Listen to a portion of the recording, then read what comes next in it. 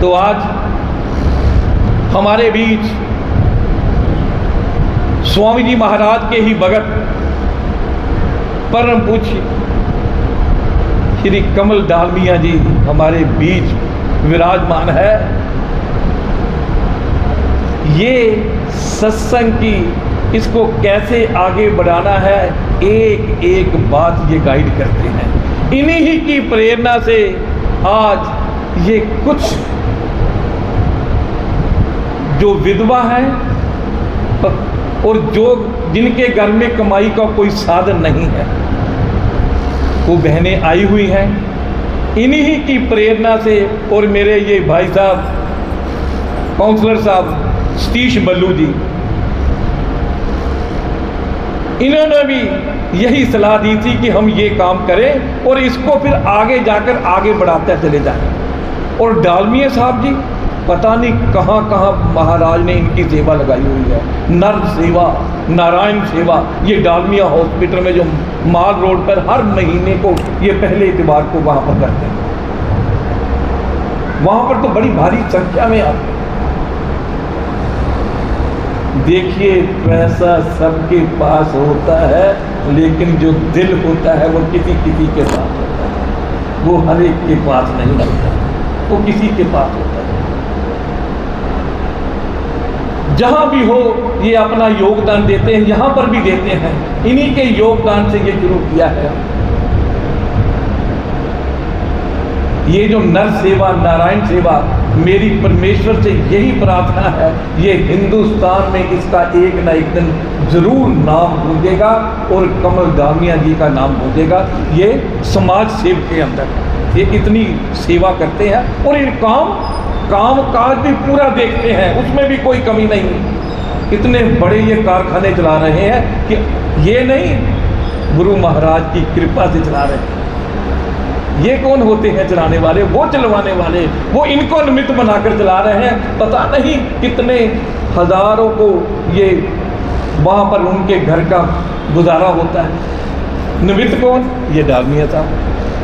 अब इनसे प्रार्थना करूँगा कि 2 मिनट के लिए ये अपने कोई शब्द करें।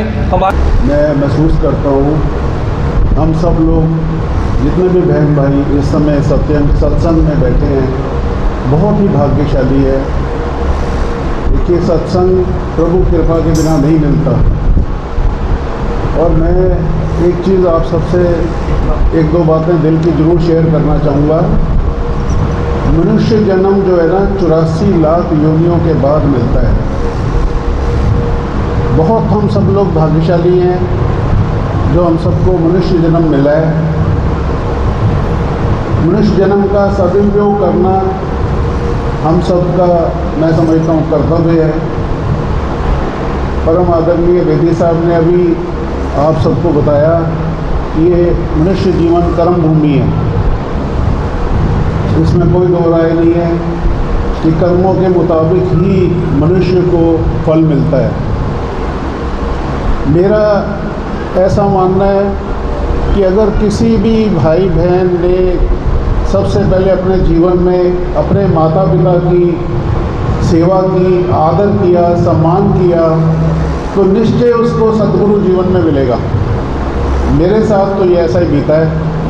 और जिस समय माता पिता का आशीर्वाद मिलता है तो सद्गुरु जी का भी आशीर्वाद मिलता है। मैं आप सबसे विनती करूंगा कि अपने घर में अपने बड़े बुजुर्गों की हृदय से सेवा करो, तन मन धन से सेवा करो।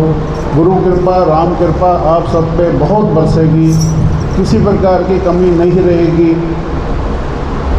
देखिए, हम सब बहुत भाग्यशाली हैं। हमारा सबका जन्म भारतवर्ष में, खासतौर अमृतसर की नगरी में अगर हुआ है, सभी लोग जानते हैं, ग्रंथों में लिखा है, सतयुग की शुरुआत भारतवर्ष से हुई, त्रेता युग की शुरुआत भारतवर्ष से हुई, द्वापर की शुरुआत भारतवर्ष से हुई, कलयुग भी यहीं से ज़्यादा शुरू हुआ और अब घोर कलयुग से हम लोग निकल रहे हैं। जिधर देखो उधर ही अधिकतर लोगों की बुद्धि भ्रष्ट है, लोग दिखावा चल रहा है। एक आदमी देखता है दूसरे ने ये गाड़ी ले ली वो कहता है मैं इससे बड़ी ले लूँ। मतलब पथ भटक चुके हैं हम लोग। और आप सबके सामने मिसाल है, अभी कुछ दिन पहले जो एक प्लेन का हादसा अहमदाबाद में हुआ, पहले तो प्रभु चरणों में मेरी प्रार्थना है कि जो ये हादसा हुआ, जिनके भी घर में ये दुख हुआ, प्रभु उन सबको शक्ति दे, बल दे इस दुख को सहने की। परंतु आप प्रभु का करिश्मा देखिए, 242 लोगों में से एक व्यक्ति बच गया उस प्लेन में। और प्रभु की लीला देखिए, प्लेन जहाँ जाके गिरा वहाँ भी 50-55 लोग बिना किसी बात के स्वर्गवास हो गए। मतलब इंसान के हाथ में मैं समझता हूँ सिर्फ अच्छे कर्म, नेक इरादे हैं। प्रभु की सब लीला है। हम सब लोग इसको जितनी जल्दी समझ लेंगे, और बहुत जल्द आने वाले आप समय में देखोगे, अगले 2, 4, 5 साल बहुत विनाशकारी हैं। ये मैं नहीं कह रहा हूँ, ये ग्रंथों में लिखा हुआ है। अभी थोड़े दिन पहले, पिछले महीने आपने देखा, बिना किसी बात के जंग लग गई हिंदुस्तान पाकिस्तान की। 3 दिन से ईरान इजराइल की जंग चल रही है। विश्व में हर जगह परेशानी का ही वातावरण छाया हुआ है। तो इसमें मेरी तो आप सबसे यही बेनती है, हम सब लोग अधिक से अधिक माता पिता और गुरु का आशीर्वाद ग्रहण करें। अपना मनुष्य जीवन सादा और सुच्चा प्रभु चरणों के साथ जुड़ के बिताएं, बहुत सुखी रहेंगे। देखिए, हमारे स्वामी जी महाराज का भी यही संदेश है।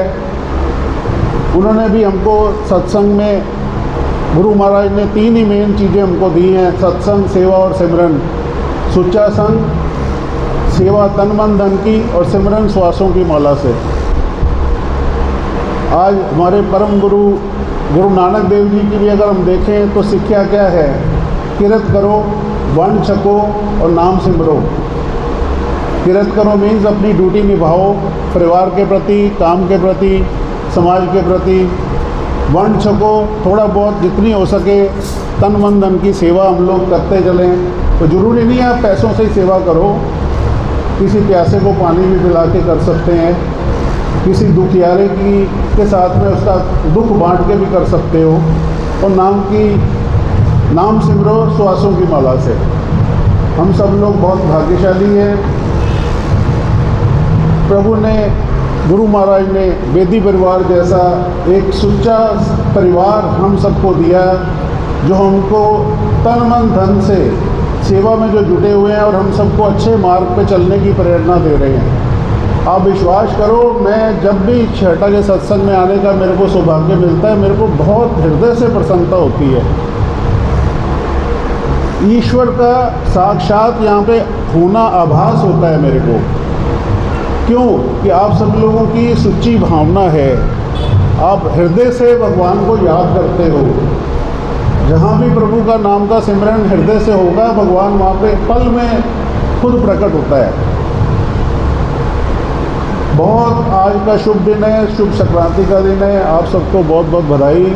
और ये जो आज सेवा का एक संकल्प लिया गया है, नर सेवा नारायण सेवा को मद्देनज़र रखते हुए ज़रूरतमंदों की सेवा के लिए मैं विनती करूँगा, आप सब लोग इसमें यथाशक्ति योगदान डालें। योगदान तन मन धन तीनों चीज़ों का है। ज़रूरी नहीं है कि आप अधिक बड़ी राशि दो, आप सेवा में किसी तरह का भी योगदान, बल्कि आप किसी ज़रूरतमंद को भी अगर यहाँ पे लेके आ जाओगे, वो भी आपकी सेवा है। और वेदी साहब, मैं विनती करूँगा, आप कोशिश करें जितनी अधिक से अधिक ज़रूरतमंद परिवारों की आप सेवा कर सकते हैं, इस यज्ञ को आप आगे बढ़ाओ। एक चीज़ का मैं आपको विश्वास दिलाता हूँ, करने वाला, कराने वाला परम पिता परमात्मा है। आपको किसी प्रकार की कमी महसूस नहीं होगी। बहुत बड़े बड़े हृदय से दानी बैठे हैं जो सेवा में योगदान डालना चाहते हैं। अगर कोई वाकई में अच्छी संस्था हो तो पैसों की कमी नहीं है। आप यहाँ पे अभी अन्य सेवा शुरू कर रहे हो, प्रभु करे आप यहाँ पे मेडिकल सेवा भी शुरू करो। जो आप सेवा कर सकते हो करो। कोई ज़रूरतमंद अगर है तो आप हमारे को रेफ़र करो। हाँ, एक बात मैं ज़रूर आज शेयर करना चाहता हूँ, क्योंकि मेडिकल फील्ड से मैं थोड़ा सा जुड़ा हुआ हूँ। मैं आप सबसे विनती करना चाहूँगा, आप अपनी सेहत का ख़ास तौर पे ध्यान रखो।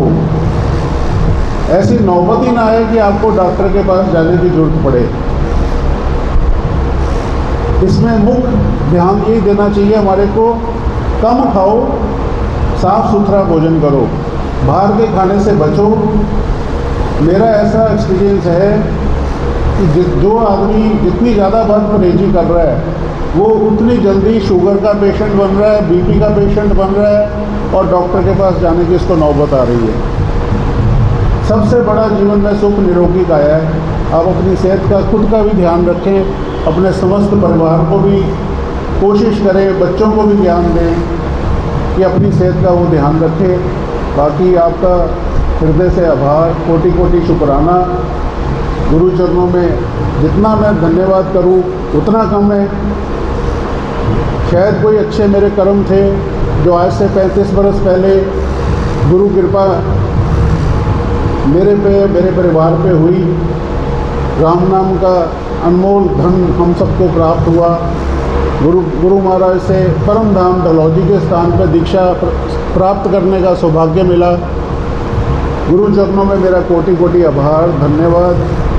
और धन्यवाद मैं विशेष तौर पे करना चाहता हूँ समस्त वेदी परिवार का, जो तन मन धन से सेवा में जुटा हुआ है। भगवान की कृपा वेदी परिवार पे, हम सब पे, जो भाई बहन यहाँ पे बैठे हैं, सब पे बनी रहे। हम सब लोग उसके साथ जुड़ें और सत्संग, सेवा और सिमरन को अपनाएं। बहुत बहुत धन्यवाद। जय श्री राम, जय श्री राम, जय श्री राम। परमात्मा डाकिया साहब जी ने माता पिता की सेवा, ये तो हमारे संत सभी इसी बात पर जोर देते हैं कि घर में बुजुर्गों की इज्जत होनी चाहिए। माँ बाप को कुछ नहीं चाहिए, उनको बस यही है कि बच्चा 2 मिनट के लिए, 5 मिनट के लिए उनके पास बैठ जाए, रात को सोते समय उनके पांव दबा दे। अरे उनके अंतर आत्मा से तो आशीर्वाद ही निकलना है। माँ की जो अंतर आत्मा होती है, बेदी जी महाराज का फरमान, यमराज भी नतमस्तक हो जाते हैं। क्यों? एक जननी का, एक माँ का आशीर्वाद है। तब स्वामी जी महाराज ने कहा कि मात पिता दो देव बखाने, मूर्ति मान गए हैं माने। ये माता पिता जीती जागती परमेश्वर की मूर्तियां हैं। वो अपनी सेवा मांग रहा है परमेश्वर इन्हीं के रूप में। और माँ बाप की सेवा करो, उनके आशीर्वाद से आप जिंदगी में कभी रास्ते में रुकोगे नहीं, अपनी सीधे मंजिल तक पहुँचोगे। जब नहीं रुकोगे तो परमेश्वर का इस दरबार में आकर उसका धन्यवाद करो कि तेरी कृपा से मेरे घर में सुख शांति है, माँ बाप का मेरे ऊपर आशीर्वाद है। ये नहीं कि माँ बाप इस दुनिया से रुखसत हो गए तो जाते समय उनके जो चित्र घर में फोटो है उनके चरणों को नमस्कार करके चलो। हे जननी माँ, मैं तेरी कृपा से जा रहा हूँ काम करने के लिए, आकर फिर नतमस्तक हो तेरी कृपा से। आज सारे काम निपटा कर आया हूँ, कोई भी पेंडिंग नहीं है, ये सब तेरी कृपा है। और फिर उसके बाद गुरु महाराज के दरबार में जाओ, तेरा शुक्र है, तेरा शुक्र है प्रभु, तेरा शुक्र है। आज के दिन भी तूने मेरे ऊपर इतनी कृपा की, तेरा शुक्र है। कहते फकीर बुल्ले शाह से जब किसी ने कहा कि आप इतनी गरीबी में भी परमेश्वर का शुक्रिया कैसे कर लेते हो, तब बुल्ले शाह ने क्या कहा? चढ़ते सूरज टलदे देखे, बुझदे दीवे बलदे देखे, हीरे दा कोई मुल ना जाने, खोटे सिक्के चलदे देखे। जिन्हां ने जगते कोई भी नहीं, वो भी पुत्र पलदे देखे। जिन्हां ने कदर ना कीती उस रब दी, खाली हथ ओ मलदे देखे। कई पैरा तो नंगे फिरदे, सिर ते लभदे छावा, मैनू दाता तू सब कुछ दिता, क्यों ना शुक्र मना। क्यों ना तेरा शुक्र मनावा प्रभु, उसका शुक्र करना चाहिए। ये शरीर इतना अच्छा दिया, एक अंग ना देता, बाजू ना देता, टांग ना देता, तो आप क्या कर लेते उसका परमेश्वर का? इतना सुंदर तुझे शरीर दिया है, उसका शुक्राना किया करो।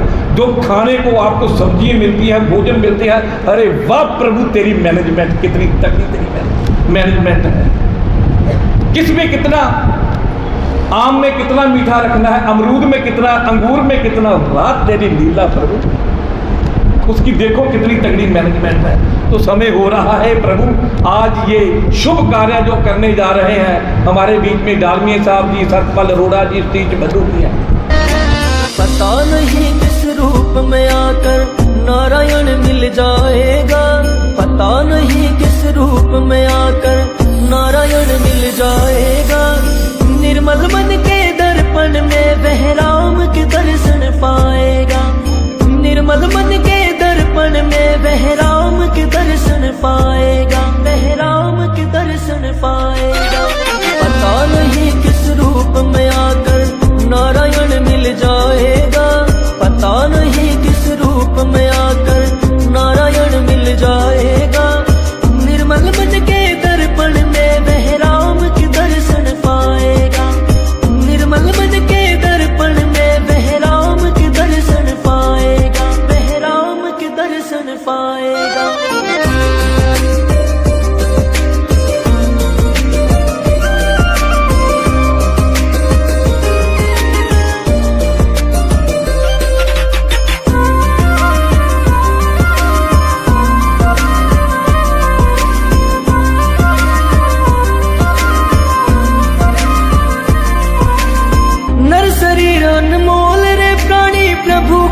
से पाया है, झूठे जग प्रपंच में पढ़कर जो प्रभु को बिसराया है, झूठे जग प्रपंच में पढ़कर जो प्रभु को बिसराया है, जो प्रभु को बिसराया है।